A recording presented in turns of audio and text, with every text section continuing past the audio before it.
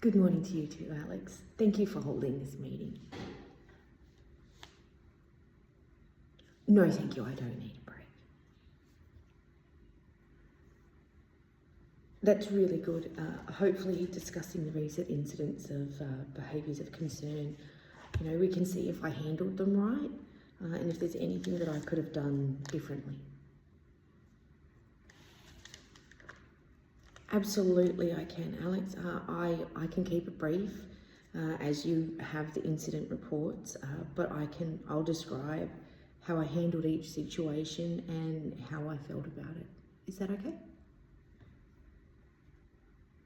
No, I have no problem at all with you taking notes. I'll be doing the same. Okay, so the first incident in which the patient was being verbally aggressive and displaying mildly violent behaviour, I calmly reminded them that they were previously informed of the wait times. I offered to reschedule for them and I moved them to the quiet room. Well, their behaviour left me feeling a little overwhelmed, a little attacked. I had to take a couple of minutes after settling the door to gather myself afterwards.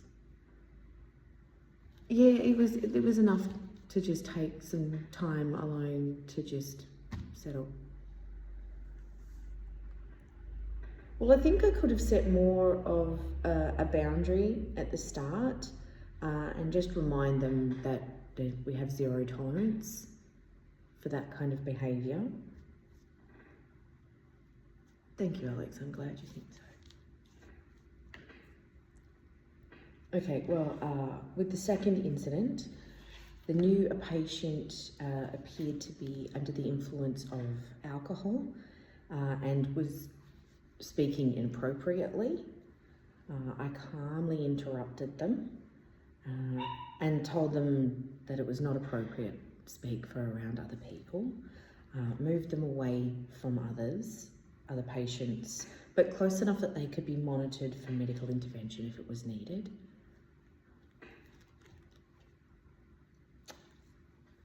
I think what I would do differently next time something like that happened is I would offer them water, just to probably help with that intoxication. Well, their behaviour left me feeling uncomfortable and awkward. Moving them away and not having to hear their inappropriateness definitely helped. Thank you.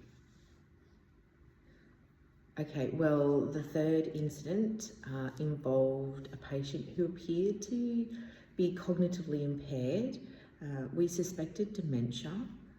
I calmly asked them for a family member's contact details so that they could be contacted.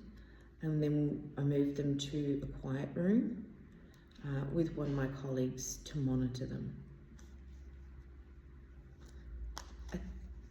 What I would do differently next time would be that I would have the first aid officer just give them a health check. I think I would have definitely done that next time. Well, I felt concerned and worried for the patient. I'm glad you agree, Alex. I'll try to remember that for next time.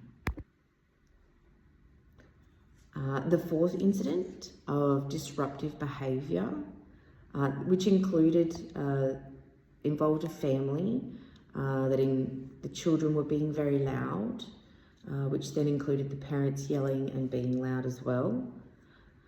I calmly asked them all to lower their voices for everyone's comfort, and then I moved them to the quiet room and I gave the kids activities, colouring in.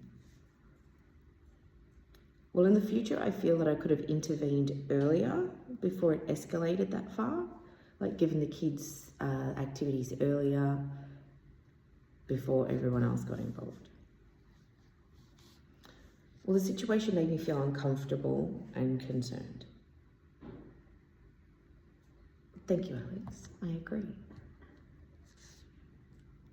Okay, moving on to the last incident where we suspected mental illness based on the self-destructive and harmful behaviour that the patient displayed. I calmly approached them about the visible wounds, moved them to a quiet room, and I had the first aid officer just attend those wounds. Well, I feel that in the future, I would have someone stay with them, just to monitor them, and for safety reasons. Well, I felt concerned for the patient and a little anxious and worried about the situation. I feel like I was out of my depth dealing with it. Thank you, Alex. I'm really glad you feel I dealt with it well, because I really wasn't sure.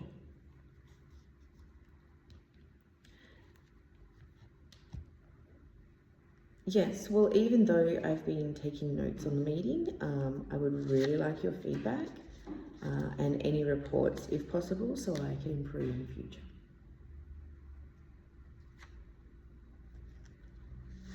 Thank you, Alex. I look forward to seeing them in my emails. Thank you for your time today.